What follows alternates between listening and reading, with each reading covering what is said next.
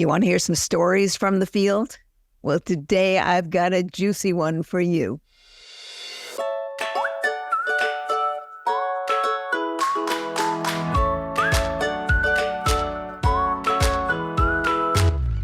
Welcome to All About Capital Campaigns, a podcast that provides fuel for your nonprofit's growth.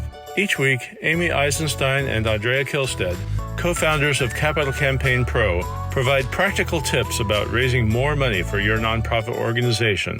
Here are your hosts, Amy and Andrea.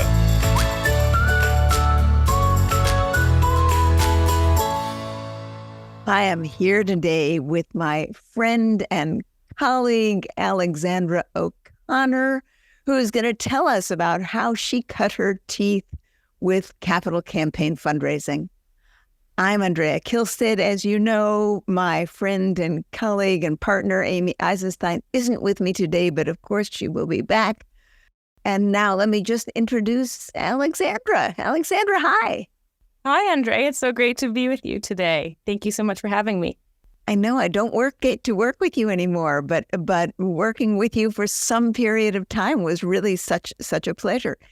Alexandra was the director of philanthropic engagement at Community MusicWorks, which is a community-based music organization in Providence, Rhode Island. I have spoken about that campaign several times on this podcast. And she really was some of the power behind that campaign up until a certain time when she moved to another organization in Providence, the Gordon School, and where she now is. And she jumped from one frying pan, namely a Capital Campaign and Community MusicWorks, into another frying pan, namely a Capital Campaign at the Gordon School. So you've cut your teeth. You're now a pro in this business. Alexandra, welcome. And how do you think about your work and this trajectory of yours? That's a great question. It's funny, when I first saw the job description for Community MusicWorks, I was initially so intrigued. And when I saw the list of folks that I'd be working with and their background, you can't help but want to work for this organization when you see leaders like Sebastian Ruth and Kelly Reed and Liz Cox. And they're just amazing people in the community and the inspiring work behind the mission that I knew I just wanted to raise resources for them. And hearing more about the campaign was really exciting, but I hadn't had direct Capital Campaign fundraising experience. So that was a new thing that I was going to be learning. And as someone who is a lifelong learner and really enjoys the fundraising space, I was ready for my next challenge. And also being able to partner with you, Andrea and Sebastian. I say this all the time, and I mean it with my whole heart. It's just was by far the strongest learning experience I've had in a professional setting. You two were such visionaries and such thoughtful partners. And while it can be intimidating to go into a Capital Campaign without knowing a lot about it, we learned as we went together. And I think that was also a great piece of advice that I got from you, is that sometimes you wander through the weeds. And when you do, you often get some of the solutions that you were looking for. So we did a lot of wandering and we got a lot of really great results. We did do a lot of wandering, and partly because I just like to wander. I believe in the power of thinking in a way that is not always one step in front of the other, right? I believe in the power of sort of a little bit of creative wandering, as you say. But let me go back to the beginning, which is that Community MusicWorks had never done a campaign. It was an organization about 20 years old, and decided that it needed a building. So it set about planning for a building. Originally, they thought they might be able to raise between $6 and $8 million. I started working with them with Capital Campaign Pro, and they brought Alexandra on to support all of their fundraising, but also to work with the Capital Campaign. But a lot of that work, and in fact, the bulk of the energy and the work for that campaign came from their founder and executive director, Sebastian Ruth, who, as Alexandra has said, was really just a remarkable human being. He's just low key and so smart and so capable. And together, I and Alexandra and Sebastian formed a great team. It's so true. How did we divide up the work? What do you remember from that?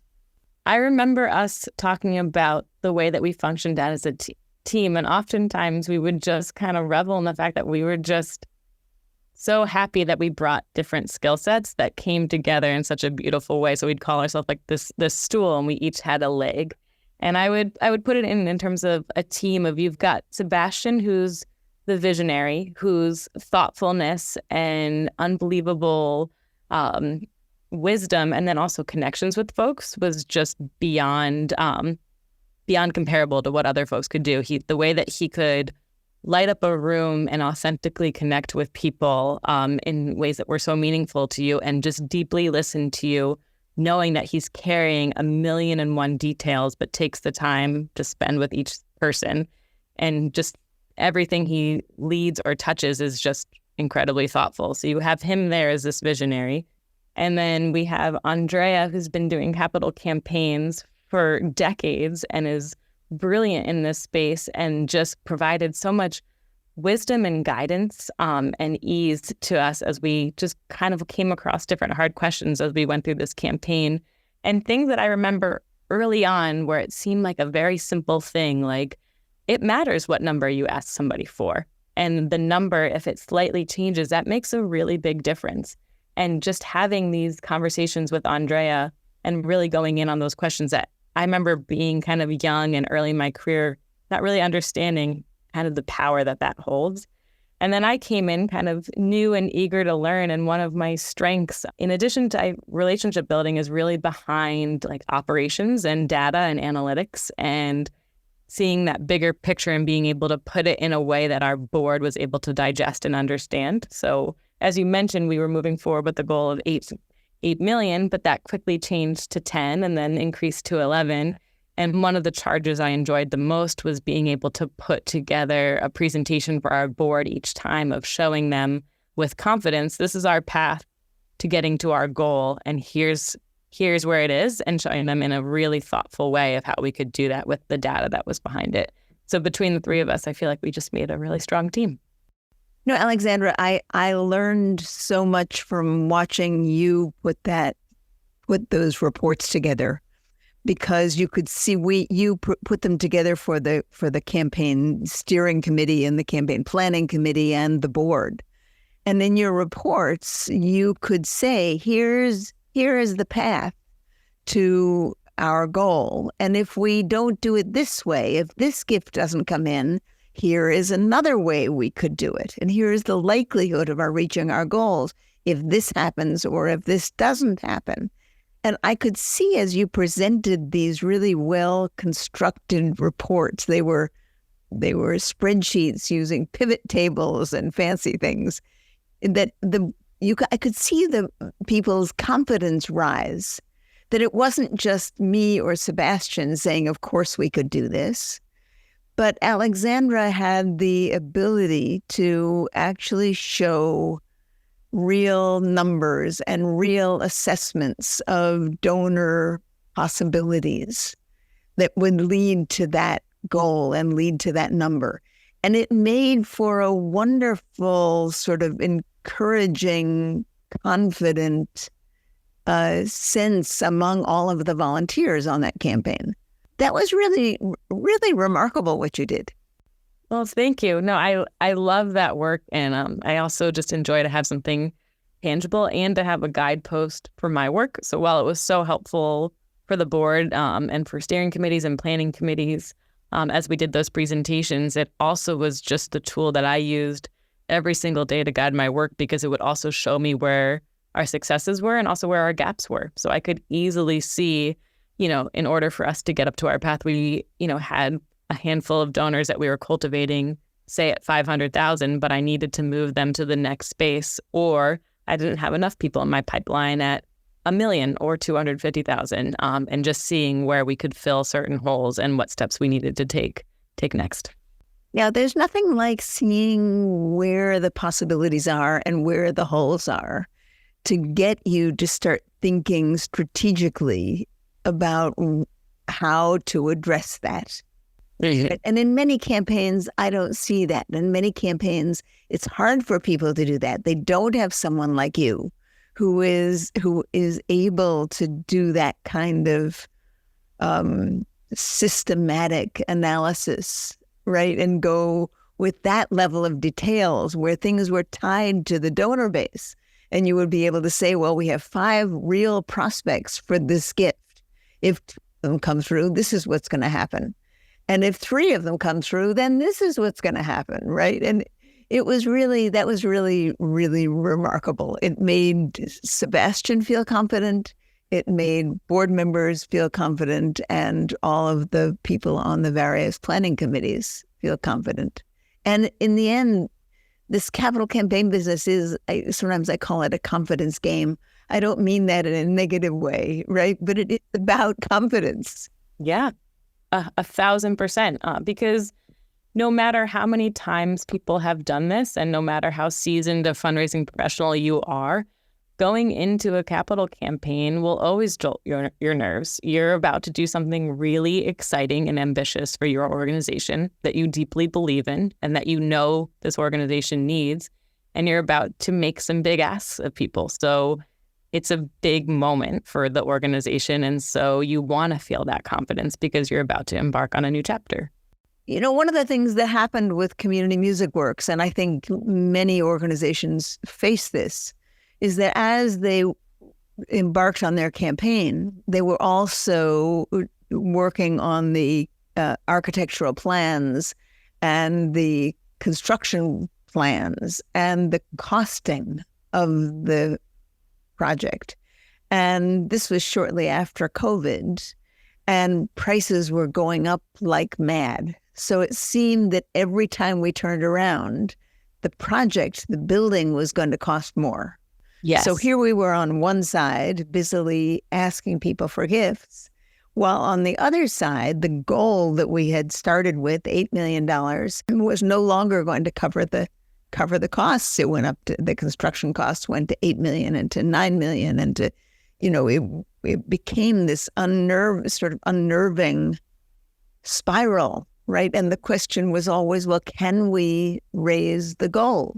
And we relied so much on your ability to look at the possibilities in the donor pool to say, well, is this just a dream, sort of a fantasy? Or do we have the prospects that might enable this to happen? And I will say, I also feel like with that, I learned so much from my first fundraising experience was working for City Year. And so working for a nonprofit who at the time had a budget of $160 million, and seeing what they had to implement in terms of their operations to ensure everything was cohesive and sound when you're working with dozens of sites across the United States and then international sites as well, and you're one 501c3. It was really a great learning experience to take what they had and know that even though they're a huge operation, I can take their strategies and their practices and apply it to a smaller nonprofit, and I can apply it to this capital campaign. And I've done that now too at my work at Gordon School. It's just really great strategies and just scaling it to the size of your organization. And what are the strategies that you brought with you from your original jobs? City Year. City Yeah. Year. I think for them, so we worked, using our database. And for me, one of my rules is that everything needs to go in the database.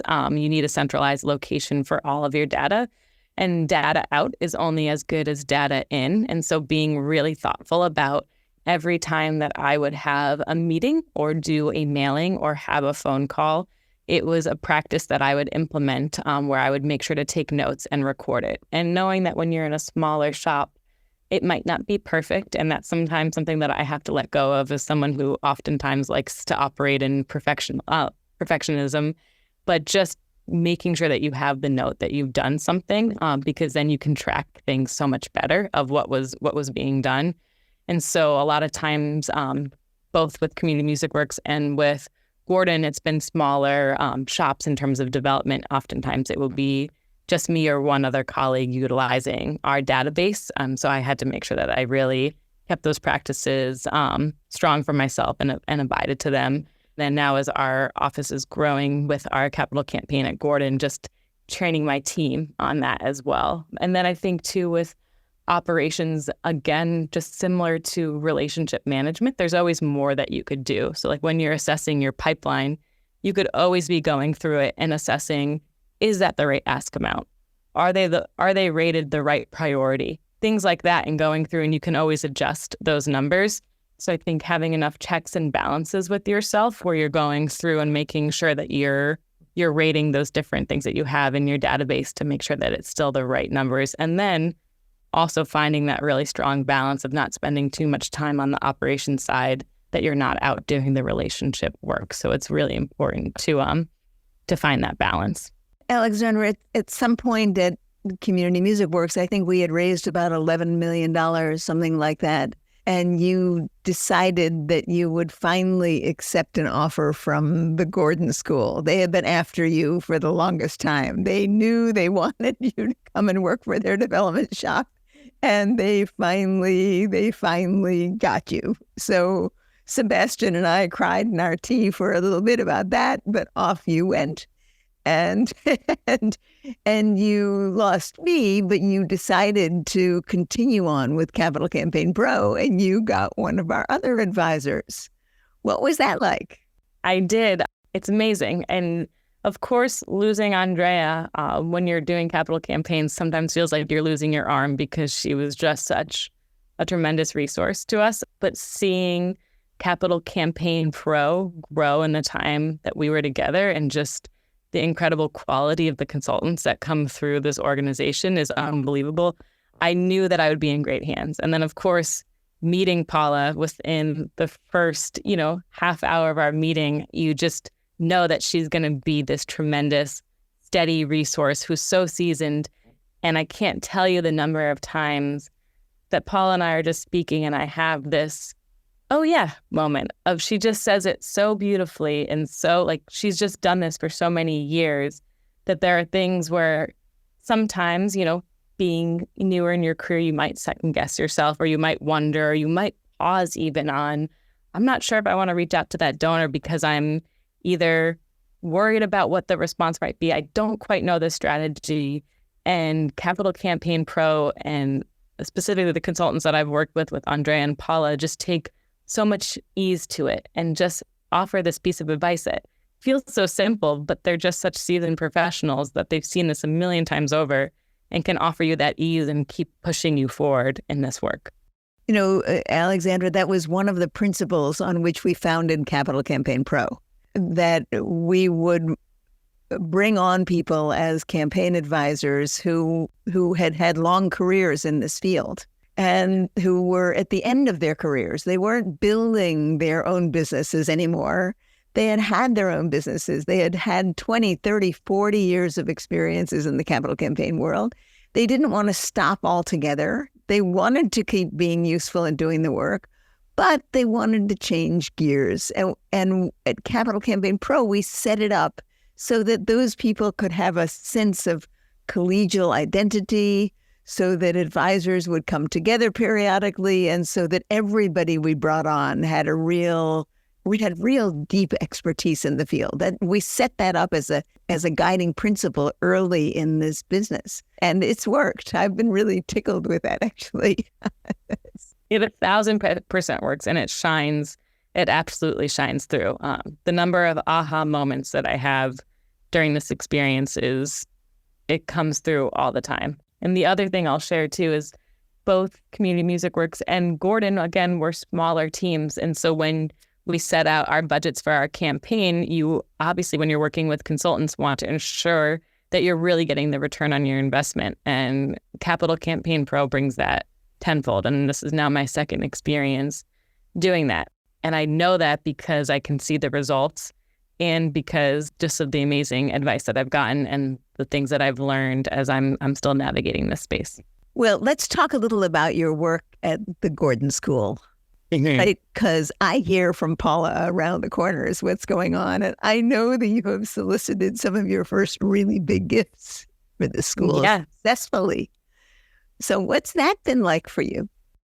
It's been really exciting. In order for me to do my work well as a development professional, I have to believe in the work that I'm doing and believe in the place that I'm fundraising for. And I've always been mission driven, and I've worked for some incredible nonprofits. And leaving Community MusicWorks was a very hard decision, but coming to Gordon was also very easy. This is an incredible school that I believe in fully. It's a nursery to 8th grade school here in East Providence with a deep commitment to diversity, equity, inclusion, and belonging, and is just doing things differently. And I can see the potential that Gordon has, especially in regards to raising resources that we need for the school. And that's what excited me to come into this space and really bring it to the next level. And so for us, we were beginning to embark on a feasibility study. And the thing that Gordon really needs most is ensuring that we're here for generations to come. And so financial stability is a huge piece of that. And going into an endowment campaign is really the space that we are exploring in our quiet phase. And before we started our feasibility study, most folks had shared that, our professionals in the space, that an endowment campaign for a nursery to 8th grade school would be a harder sell. And we knew that, but we also knew the school's greatest needs. And so we tested our capital campaign to be half endowment and half facilities. And we had a very successful feasibility study. And what was amazing to me is what came out of that is that endowment was the clear winner. And that's not to say that there weren't some folks that had some ideas of different facilities improvements, but it was amazing to me that when you do a feasibility study, what you could be surprised by. And it also just really doubled down on how effective feasibility studies are and how essential they are to do before you embark in a capital campaign. So that was incredibly helpful. And what I love about endowment campaigns is just the legacy that they leave. Endowments are new to me too. I mean, before I was doing this work, I hadn't spent a lot of time working with endowments. And to be honest, what I had heard of them before, to me, just being very new in my career, I didn't understand as much the purpose when I thought, well, there's a direct need. Why wouldn't you raise for that? And learning more about what Gordon's current endowment supports. And it was when I started here 2.5 years ago, it was at $11 million. And already with resources that we've raised and then how it's been invested, it's up to $14.5 million. Seeing the longevity of endowments, just the fact that they're there in perpetuity. And so whatever you support will just be there forever. And I see these essential programs that we have at Gordon School, whether it's our Britt Nelson Visiting Artist program, our Carla Harry Visiting Author program, or our Civil Rights trip in 8th grade, which is our capstone trip that year for our middle school students.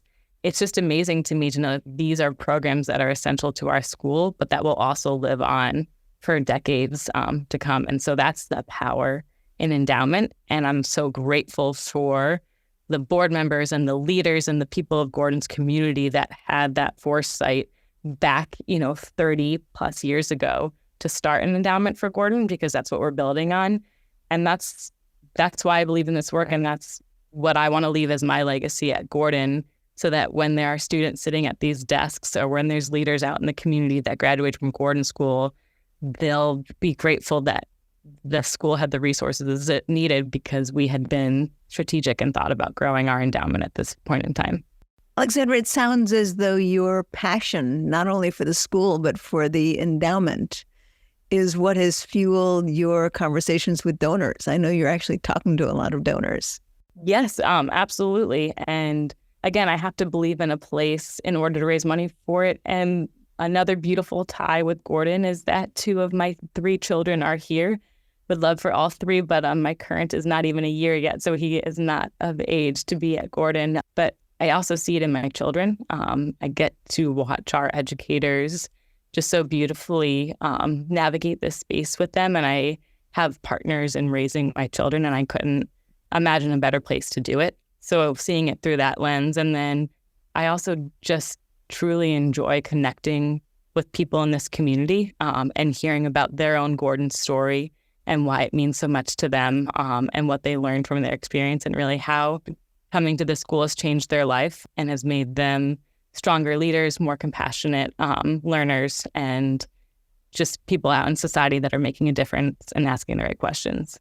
So I love that space. And then again, I have really become a huge endowment stan. I love endowments. I think they're crucial for an organization, and seeing the power in endowments has been really, really eye-opening, and it's been a special thing to see. And I want to secure more resources for Gordon in that space. Yeah, I would be remiss if I didn't sort of take your enthusiasm for endowment at Gordon and tell people that while there are some institutions that really are set up for that, for many institutions that don't have these long relationships that have existed, these long familiar relationships, raising money through a capital campaign for endowment really is a tough slog. So I don't want you to listen to Alexandra and decide that your institution should by all means raise money for endowment. It has to be the right institution in order to make that work. And it's exciting when it happens. And it tells me so much about the culture of the organization, that the organization has deep relationships, deep multi-generational relationships with families who have been engaged with this school. And that's what sets her up for doing so well with an endowment campaign. So, but not every institution is well set up to do that. So like Community MusicWorks, going back to that, they've raised a little bit of money for their endowment through the campaign. But for them to say, well, we're going to have a big endowment campaign would have been a fool's errand. It was appropriate for them to raise money for a building. They haven't been around long enough. They're not well enough established to have a big endowment campaign. So I don't want to lead anyone astray, right? As we think about this, that when it's right for the institution, it is a powerful motivator. But for many institutions, it is not yet right. So let's be careful with that. Alexandra, before we end, I just want to find out now, when you are at Gordon School and you're really doing much more work with donors than you did at Community MusicWorks, has that been intimidating? Of course, it could always be intimidating as you start to kind of go more into that space. But I think that's also the other piece that I love. Well, I love the operations side. I also just love getting to know people. And especially when you have this tie of loving a place and a community so much, it's been really inspiring for me to get to know what Gordon means to other folks, to other families, to alumni, to former faculty, to current faculty. And so I love building those relationships. It is, as you go more into the frontline fundraising, there's always, those moments where you could have a pit in your stomach of, am I going to be making the ask or doing, having the right strategy as we go in. And again, I just can't express enough how helpful it is to have the anchor of Capital Campaign Pro, and having that guidance is so helpful. And I enjoy every week we have. Now I'm guided by my list, of who we should talk about and what the strategy should be and what's going to potentially motivate their gift. And I really enjoy that space. Yeah, that's fantastic. All right. Let us get down to the weeds here, Alexandra. I wonder if you can think back over your capital campaign career, which is now about 7 years old, I think. I think that's what we calculated. You were to think about 3 lessons that you would like to tell other people as they think about capital campaigns. What would those lessons be? It's a great question. I know I touched on this earlier, but I think a really good lesson is not relying too heavily on operations and making sure that you're doing the relationship work behind it. So it's important to find that balance. Operations is hugely successful in terms of efficiencies and providing that guiding star. And you just want to make sure that you're not, I think of Andrea's voice all the time saying, don't be sitting behind your desk all the time. You have to be out in front of people and building those relationships and making those phone calls and sitting down with folks. That one's really helpful. That would be my first one. My second one is really kind of shooting for the stars. And so making sure that when you're talking with folks, that you share what your dreams are and your biggest aspiration is, because you have the ability to bring it back if you need to. But being open and transparent about what you really want to do for your organization and getting people on board, I think it's a stronger way to bring in buy-in. And then if needed, you can scale it back. And then I'd say the last thing, which is helpful, is that when working with folks, like people, we're all pretty consistent and we're all pretty predictable. This is one that I learned from Andrea, and I loved it because it stayed true through Community MusicWorks and through Gordon. I think the important thing, and Andrea would always share with me, she's like, you have to find the patterns with folks, and it takes a lot of strategy to do that. But, I love figuring out what is inspiring to folks and what's really going to drive them. And you can do that by just really understanding kind of their consistent patterns. There's something incredibly reassuring about knowing that people are relatively consistent, right? Yeah. It's like, of course. You just pay close enough attention and you see one set of behavior and you watch, and if you see it repeat again, you can be pretty sure it's going to repeat again, and you can start developing your plans based on that, right? I always love that. I find it to be true not only in capital campaigns, but in life. It's a powerful lesson to learn and to apply to all kinds of things. So, Alexandra, my friend, what a pleasure to actually see you and as we sit here on a Zoom together to be reminded of your wonderful abilities and charm. This coming Saturday is the grand opening of the Community MusicWorks building in Providence, Rhode Island. I am going up to that celebration, and Alexandra will be there, so I'll actually get a chance to give her a big hug and to enjoy being together in person for a little bit while we celebrate the real conclusion of the Community MusicWorks campaign, which, by the way, ended up raising a whopping $15 million. So, amazing. It's amazing. Amazing. Thank you, Alexandra. I look forward to seeing you on Saturday. Can't wait to give you a big hug. Thank you so much.